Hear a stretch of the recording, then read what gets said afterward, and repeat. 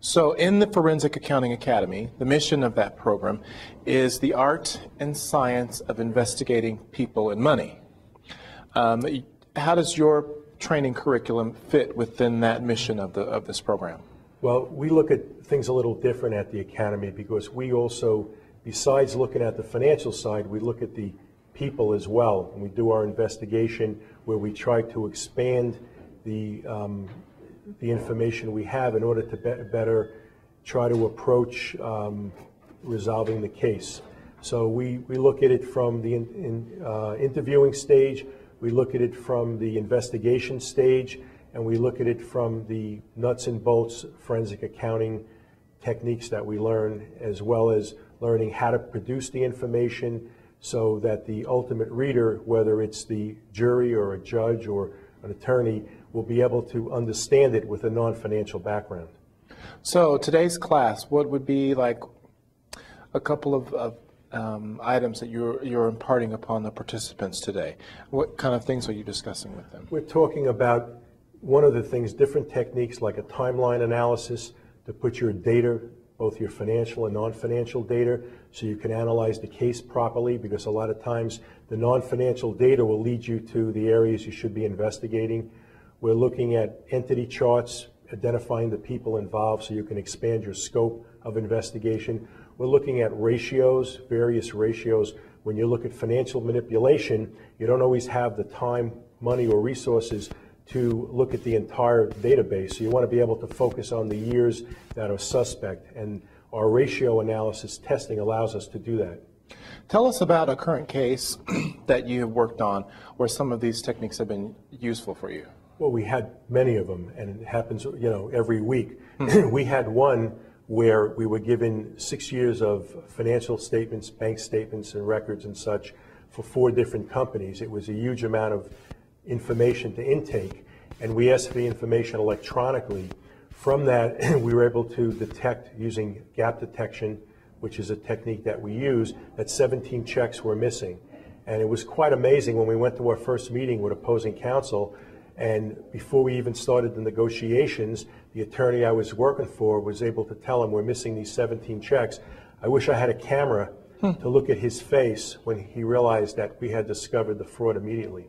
So it was really something as easy as using these techniques to look at the financial statements of this company to tell them right off the bat, this is a huge glaring case of where some checks have been not accounted for. Correct.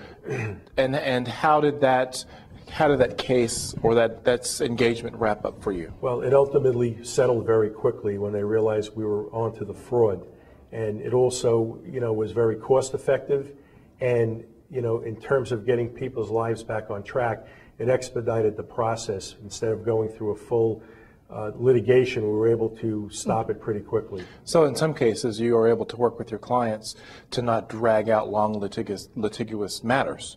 You can get in and help them solve their problems quickly and not have to invest a whole lot of time in what, legal matters, drawn out investigations. Correct, and Brian, in other words, a lot of times we're able to figure out where to look, and sometimes you hit what I call an Achilles heel or a nerve on the other side, when you know that you've got onto something and could help move the case forward and hopefully settle it quicker.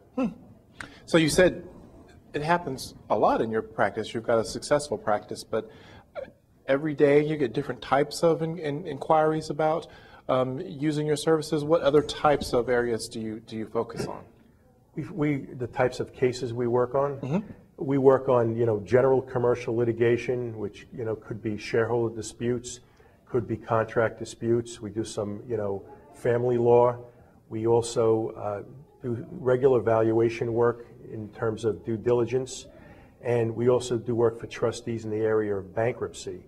And that's an interesting area because we've also been successful in vetting out companies that were non-debtors that really were part of the whole case, and be able to bring these companies in and be successful in recapturing some of the money that was stolen. So it sounds like you really, really enjoy what you do. It comes across. Really. I do. It's great. It's great, and we're hoping to expand, and we're always updating our techniques with every class, and hopefully we can get the word out and more people will start adopting techniques which will help them, be better forensic accountants. Why do you think it's important that people expand their knowledge in this area? Why do you think that? Do you feel like it's prevalent currently in our accounting and financial marketplace?